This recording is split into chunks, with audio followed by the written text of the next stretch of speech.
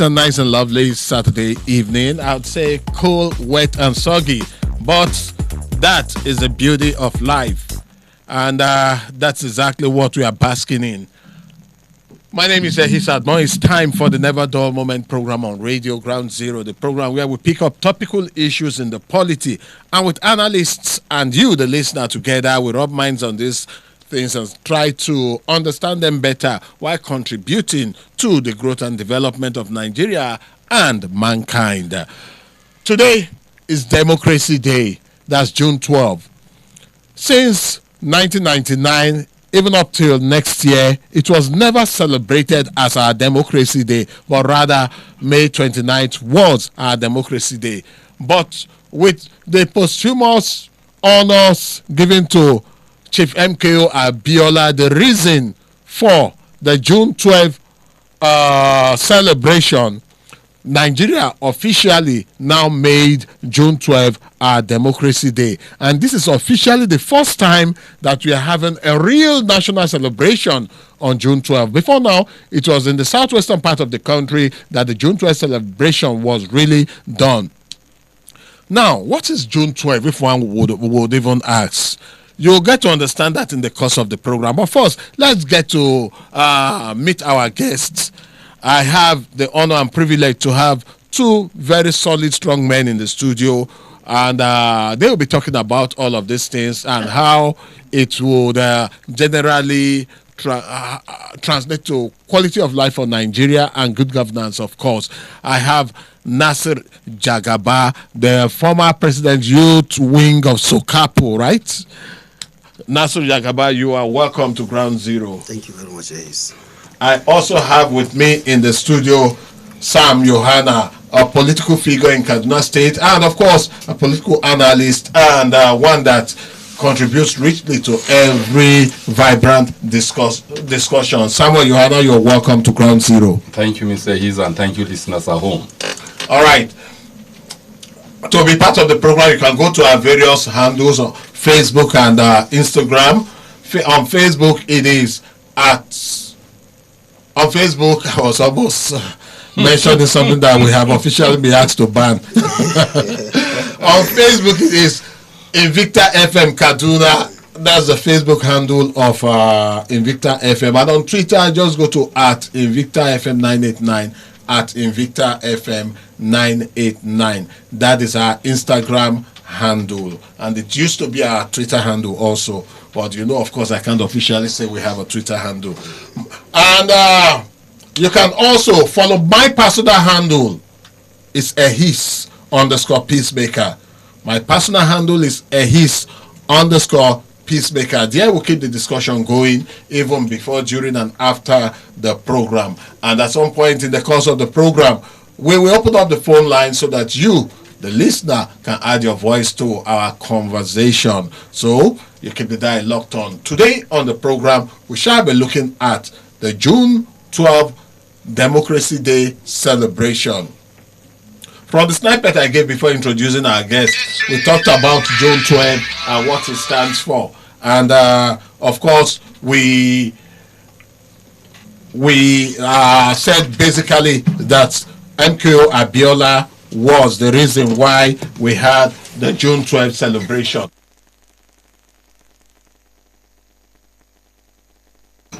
And after there was an election on the 12th of June 1993, which has been acclaimed to be the freest and fairest election in the history of Nigeria. But just before the conclusion of the result, which was broadly almost a one, because it was a two-party horse race, the NRC and SDP. MKO Abiola and Babagana King Ibe were the candidate and running mate.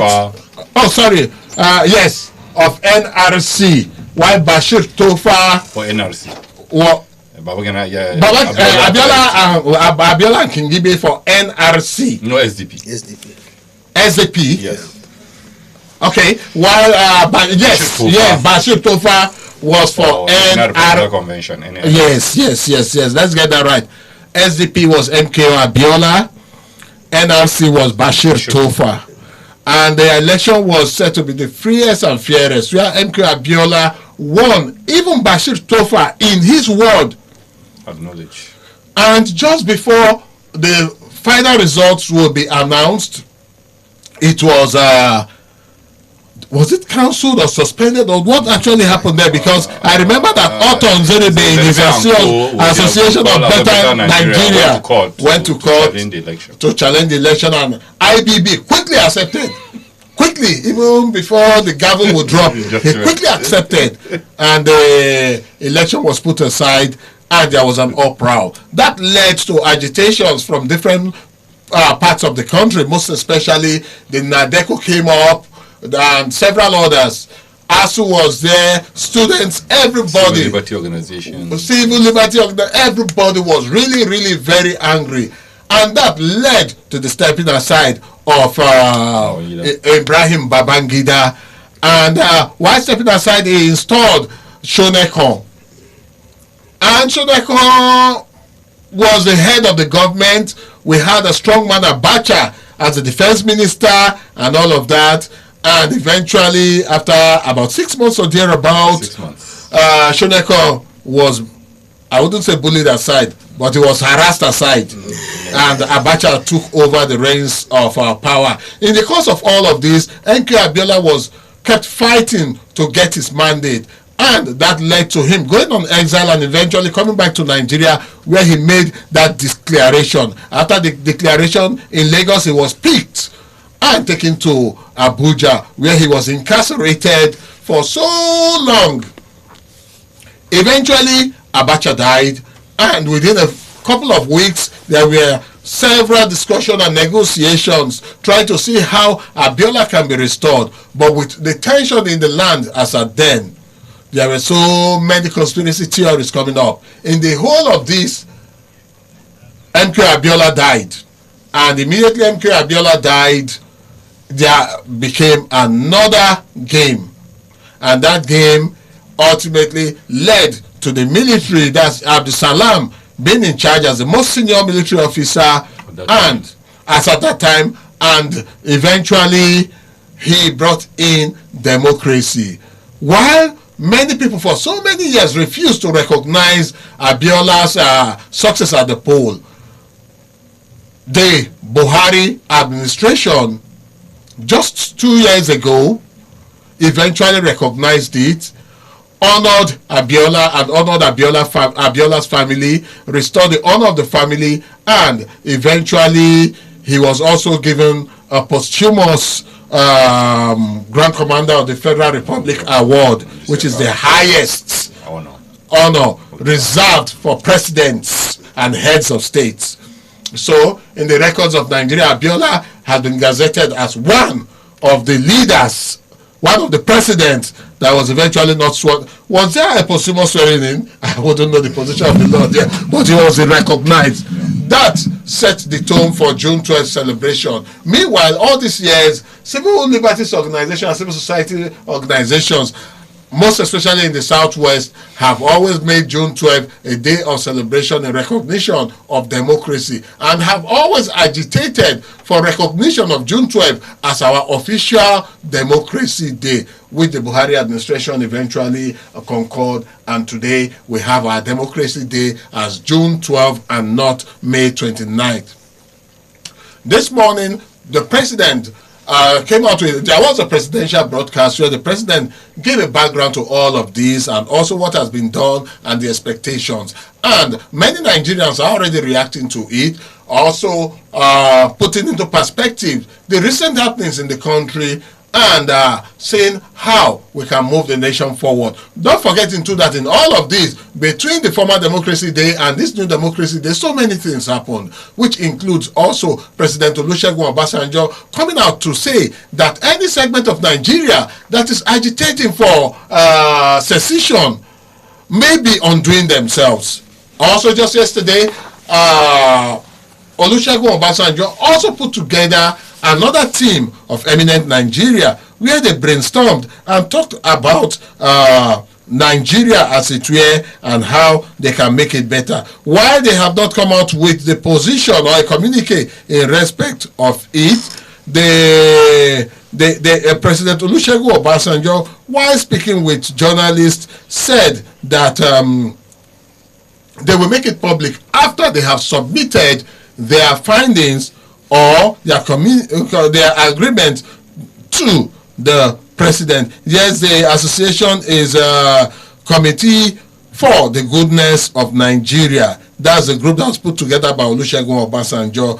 While all of this was still taking place, we had so many of the issues why this regime is in power, security issues and tension. Not forgetting banditry that's running amok all over the nation, most especially in northern part of the country. And also the police coming out to say that nobody should come out to protest or riot or whatever as part of their June 12th celebration. Since morning, we've been getting feedback and feedbacks from all across the country where people have been talking about what's happening. While, of course, the Southwest, that has always been the hub of celebration of June 12th, is also the hub of protest that has been happening since morning. Other parts of the country seem to be quiet. Of course, Abuja also is like a Tom and Jerry or cat and mouse game that's been happening in Abuja since morning as people came out, but they have been chased about by security officials. Now the big question is, if we have gained so much in this democracy, why can we not totally and completely allow democracy to thrive by allowing freedom of speech, freedom of expression, freedom of even criticizing? Because that is all part of what makes democracy democracy. It's a very long litany that I've given you. Let my guests in the studio add their voices to our talk this evening. First of all, I'll start with Samuel Yohana. Democracy Day, yes. June 12th, yes. First official celebration today. How does it feel? Well, it's a day Nigerians will never forget. It's a day that has brought this present democracy we're experiencing, where some people laid their lives in the course of the struggle. For example, late Beko Ransom Kuti, Pa Alfred Rewani, Chief Gani Fahimi, Chima Obani, and a host of others, which today, if not for the effort they've put in and the sacrifice they've rendered in the past, I don't think would have been experiencing democracy today. But I am glad their effort is not in vain, and we have challenges, but we are making progress, and hopefully we intend to achieve the desired result, where the agitations left, right, and center, of which I think people have the right to agitate for genuine reasons, and politicians are involved in the agitations, but they're not doing it on the surface, they're doing it on the ground. That we are aware. But like I said, it's okay for people to agitate and express their grievances, and at the appropriate time, and as we make progress, I'm sure we'll get these things resolved. All these are trying moments. Every country has its own challenges that they're going through. Some their own come very early, some their own midway, some their own come very late. But like I said, it's work in progress. All right. Nasir Jagaba, 20 years of democracy. And now we are crossing to the 21st year. 22nd year, actually. 22nd year. 22nd year. By 1999 was 20 years. 22nd year. 2019 was 20 years.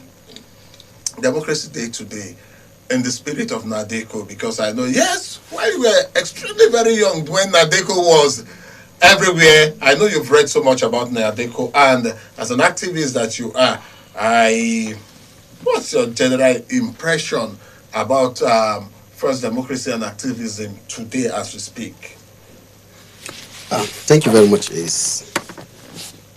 What we see today, it's quite different from, to me, it's quite different from what we're expecting as a democratic country. First of all, when you look at, before this government came, they have their manifestos, they have promises they have made to Nigerians. Because actually, they came, they saw a lot of deficiency in the PDP government. and they have succeeded in convincing Nigeria that they came with a different model, a different pattern, how to solve issues on ground. Security, the insecurity was there. And the economic, actually, it's a bit good then, but still yet there is a lot of alerts there and there that the economic is about going down and all that. That was a freedom of speech, because I don't think if there's any government that have gave people the right to speak freely like the government of Goodluck Jonathan, because anyone can just wake up anytime and speak rubbish and nothing happened. What is happening today, what people, in fact, a lot of activist journalists today have been arrested by saying what even the opposition, the AP, sorry, the oppositions, the ruling party have said before, and nothing happened to them. When they were in opposition. When they were in opposition. Do you get it? But these people today, they are saying, a lot of people are going to say, look at what is happening, the protests in Abuja. I just came back from Abuja today. I'm just coming back from today. Yes, I saw what happened in my eyes, because I was being blocked too. People were being harassed. The police are all over the street, beating people, chasing people with tear gas and all that. Go out of the street, you don't have. So when you look at what happened before and now, actually, usually these things are there. The ruling party will never like anyone to come out and say, okay, no, we are not in agreement with this. They feel as if they want to sabotage their government. Okay. But the truth of the matter is that when we look at what in fact, before, when they came to meet Nigeria, when they collect Nigeria from Goodluck Jonathan, and now you understand that there is a lot of things that is going wrong. Okay. Look at the security, look at the economy. Today, that's, in fact, we have only two social classes in Nigeria, the rich and the very poor. When you look at Ghana today, Ghana is one of the fastest growing economic in West Africa, because almost 46% of the population of Ghana are in the middle class. When you look at, I don't want to compare Nigeria with America or with China or whatever, but more than half of the population of America and China are classified under the middle class. But today everything is tearing apart. The companies are leaving, factories, industry, nothing is working. And you cannot even express yourself. Before you know it, they arrest you. You get it? The banditry are all over everywhere. The little thing that the citizens are earning or they have earned all their life they paid it to kidnappers as ransom. So nothing is working. In fact, what is happening today in Nigeria is not democracy. I have never heard any democratic country that just wake up a day and say they have banned Twitter, something that they have used. In fact, it's the same platform that brought Buhari to power, and today they are being threatened by that same platform that brought them to power. They are saying that they are banning it or whatever. It's another way of saying it's not banning, it's suspension. And they're suspending. Banning and suspension. There's difference between. Okay, I agree with you. They suspend it today. It's not another way of denying people from expressing their. Do you know how many Nigerians are losing their job? They're losing source of earning through this Twitter. A lot of people are marketing their product through people. Today, it has been suspended just because of selfish interest, because you don't want people to come out and say no. And I'm telling you, it's just because of this day, this June 12th. It's just because of this day, because of the protest that is going on. That is why this Twitter has been suspended. So I don't think we are making any progress today. We are not making any progress. Okay, you believe that we've not made much progress since this administration came in? In fact, we are retrogressing.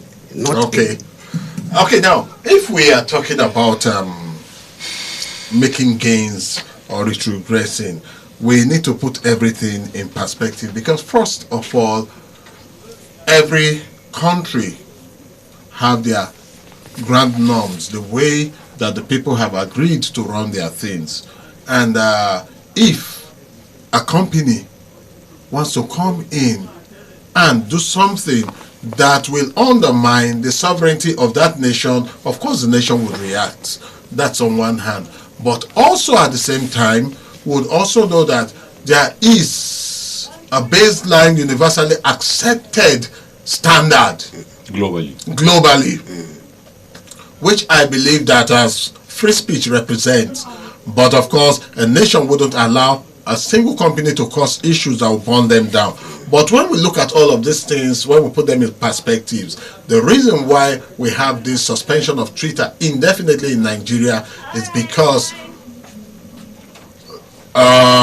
tweet by a Twitter customer or a Twitter subscriber called at M. Buhari, which people said are Muhammadu Buhari, which people also said is the president of Nigeria, was made that violated their ground rules.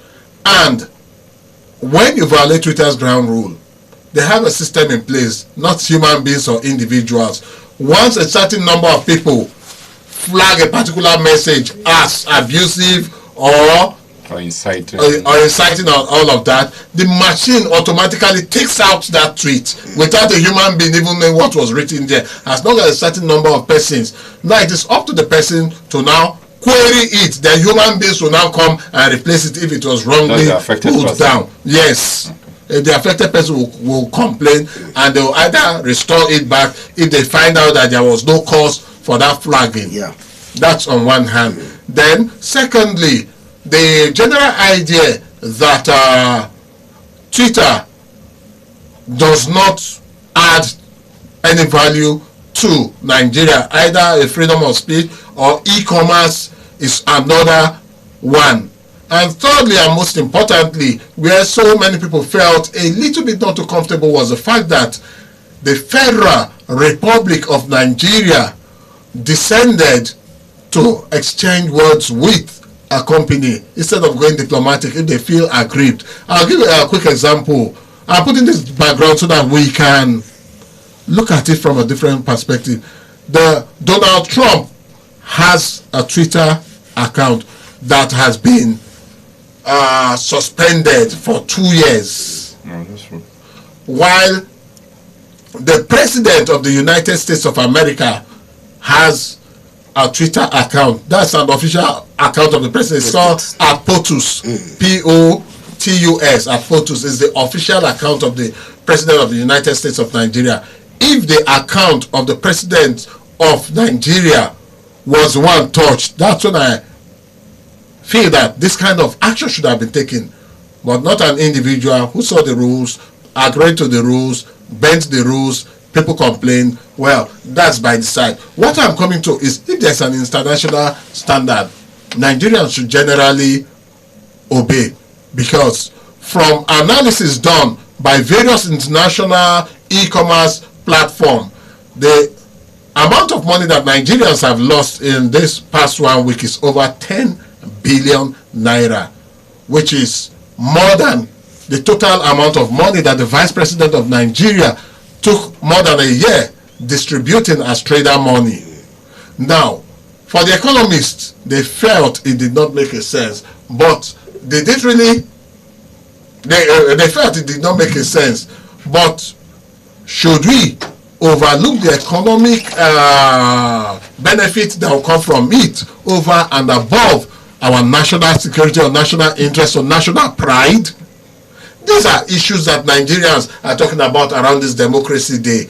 While I do not want us to dwell too much on that, I would want us to broadly give us your general perspective of what you think the government should do to put smiles on the faces of Nigeria, because we've gone beyond the point of blame game. We've gone beyond the point of throwing names and all of that. What do you think Nigerians should enjoy as we celebrate Democracy Day from the perspective of one that's politically active? I'll come to Samuel Yohana. You see, one, the government should diversify the economy. This mono economy is not working. You cannot have one product in the market, and the day that product is not selling, that's you're finished. Problem, yeah. Over the years, why didn't we develop the solid mineral sector? Yeah. Why? Nigeria is sitting on A lot of solid mineral. There's virtually no state in this country that doesn't have one precious solid minerals or not. Yes, yes. I know it's capital intensive to develop the solid mineral industry, but we would have made effort. Successful government would have made when we were selling a barrel of oil for over $100 for close to 4 years. What did we do with the money? Big question. Yes. Big question. And to tell you how those people that looted the treasury don't even have confidence in the country. Most of this money they've looted are stashed overseas. Yeah. It was, which is not adding value to our economy. Yeah. Yeah.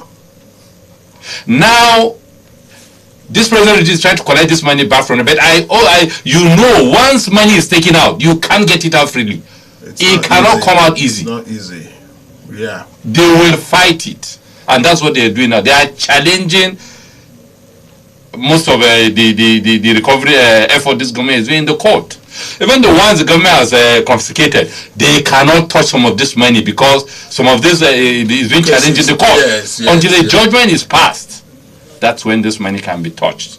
And I'm sure, even the forfeited asset they say they're going to start auctioning now, I'm sure they've gotten judgment for it. So that it doesn't become a situation whereby they drop the cat before the horse. My take, people are really, really in a financial difficulty. Wow. You know me, I am open. Where we have not done well, I will say it. In as much as my party is in government, I will say it. Yeah, I know you for that. The economy is going through a lot of turbulence. Diversification is a way out. Yes. And also looking at other ways to make the economy. Yeah, and there's still leakages in the system. Okay, blocking all the leakages also. You cannot completely block it. Even in America, they've not completely blocked their leakages. You can minimize. Block as much as you can. Yes. And we need to cut down on overhead. Okay. You see a convoy with close to 20 cars, 21 cars being fueled with taxpayers' money? No. Comrade Nasir Jagaba, what do you think the government should do to make Nigerians happier? I think the first thing is the security. Even if the economy is diversified, if the security is not being fixed, nothing is going to happen. If today you said, okay, let's go back to farm, agriculture, and people are being kidnapped in their farms. Yeah, it's not possible. People won't go to the farm. But don't you think with the economy that is bad, that is what is increasing the insecurity? If you check, some of them will tell you that it's a catch-22 situation. Yes. So to me, until we fix the security before we can diversify anything, because even those people, investors that are coming, they are not even secure. They are not even. In fact, no, it's not everyone from all these developed countries or outside countries that would like to come to Nigeria and make business with Nigeria. Yeah. I remember there are some of them Germans who were being kidnapped here in Kagorku local government in a farm like that. Do you understand? Even me, I have a farm, but I can't even go to farm. People are now farming their backyard, their compounds, and all that. Do you get it? Yeah. And this thing might likely bring hunger in the country by next year. Yeah, I can relate with that. My wife has a very large farm. For 3 years now, she can't go to her farm because she has abandoned the farm. So not even common man like me, even the mighty people in the government, a lot of them have farms, but they can't even access their farms. Why? Because of insecurity. So if the government really, in fact, the security is the ultimate purpose of the government. If they can be able to fix the security, if people can go freely, if people will go to farm without fear of being killed or kidnapped, if I can go around anywhere doing my business, I'm telling you there's not going to be issue. But if this issue of security is not fixed in this country, I'm telling you, this thing is capable of taking the country into anarchy. Because see what happened on Zaria Road. People came out and say, we are tired, they are kidnapping us, and you can't secure us, you can't whatever. Do you understand what I'm saying? So by the time that people begin to come out like that and begin to protest, what do you expect? Well, so you're listening to Ground Zero on Invicta 98.9 FM. We'll quickly take some messages. After the messages, we'll open up the phone lines and we'll talk. Keep the dial locked right here. All right, welcome back from that commercial time out. It's Ground Zero on Victor 98.9. The phone lines are open now. Let's start to take your calls. 081 40989 and 070 are the numbers to dial to add your voice to our conversation. Hello, good evening. Good evening. You are welcome to Ground Zero. Yes, I'm Kure by name. All right, Kure. Yes, as you asked that question, I keep on wondering. Well, we don't have anything to celebrate. Honestly, the only way out is diversify. If you cannot be diversified, I don't think we'll have anything to celebrate. Well, because honestly, there's nothing. Kure, you speak for yourself. You can say, I do not have, not that we. Speak for yourself, because I know 1,000,001 persons that have something to celebrate. Like those that got trader money, they are celebrating. Those that are, how much did they give them that they will celebrate? It didn't move from here to any other place. Honestly, the only way out, the government should follow and stop this insecurity that we are encountering. Because I cannot understand. It seems to me that this administration, I suffer a lot of insecurity in my family. Over four people are being kidnapped, and one died last year. Have a wonderful day. Thank you very much. Thank you so much, Kure. Kure does not have much to celebrate, but I'm sure there's someone out there. Hello, good evening. Hello, good evening. Good evening. You're welcome to Ground Zero. What's your name and where are you calling us from? This Sandy. I'm speaking from Kakuri. All right, let's have your take. What do we have to celebrate? I think we have nothing to celebrate about Nigeria Democracy Day. We don't have anything to celebrate. Speak for yourself. Speak for yourself. I myself, I don't have anything to celebrate. Okay. Because I feel very, very sad. There's nothing that is moving. Nothing is moving. Everything just turned upside down. Since Buhari came came on 2015, everything turned upside down till now. For you? Completed. For me. Okay. All right. So thank you so much. Let's take the next caller. Hello, good evening. Welcome to Ground Zero. Good evening, Mr. Harris. Good evening. What's your name and where are you calling us from? My name is Pius. I'm calling you from Malalika North. All right, Pius. Yes. I think I have to celebrate God and celebrate life. That is the only thing that is there. Okay. This government came on the mantra of change, positive change. But I don't think whether we are seeing that positive change if we are seeing negative change. Okay.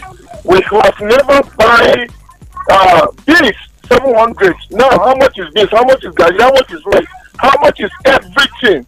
Now, they keep saying that the other government is told the oil $100 plus. Now, my question here is, total barrel realized during the 6 years or 5.5 years of Jonathan, how much they realized on and how much they spent? This government, how much they realized in crude oil and how much loan they collected and what is the work now?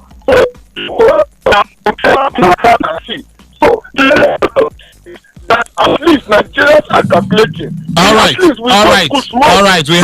We already have your take there. Let's take this last one before we come back to the studio. Hello, good evening. Hello, good evening. Good evening. Quickly, in 30 seconds, if you can drop it, we'll be glad. We are celebrating the seats alive. Thank you. You never introduced yourself. Okay, let's come back to the studio now. As like in a few minutes' time, we'll be going to another segment of the program. Let's get our parting shots. Start from Nasiru Jagaba. What's your parting shot on the program today?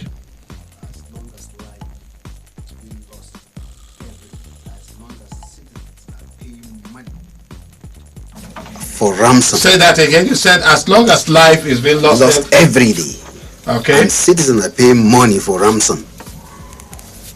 Nothing Nigerians should celebrate. But until the government rise to their feet and do the needful, especially the issue of insecurity. Everybody is tired. We don't even need the development. We need security. We need to be secure. We need to be safe. Okay. All right. So Samuel Johanna, Yes, please. your parting shots. Yes, my party should that the government should do more to put a check to this rising insecurity so that Nigerians will be properly secured and their property too will be properly secured. Then democracy will flourish more. Yeah.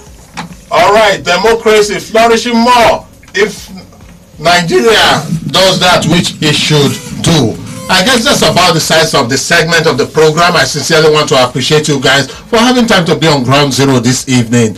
And we'll be taking something else just after this segment. And just keep the dial locked on in Victor 98.9 FM. Nasser Jagaba, immediate past President Youth Wing of Sokapu, and Samuel Johanna, a strong political figure, organizing secretary of APC Kaduna South. Am I right? Kaduna State. Kaduna State. Wow. I'm coming to see you after the program. Thank you. Thank you so much for having time to be on the program. Thank you for this privilege.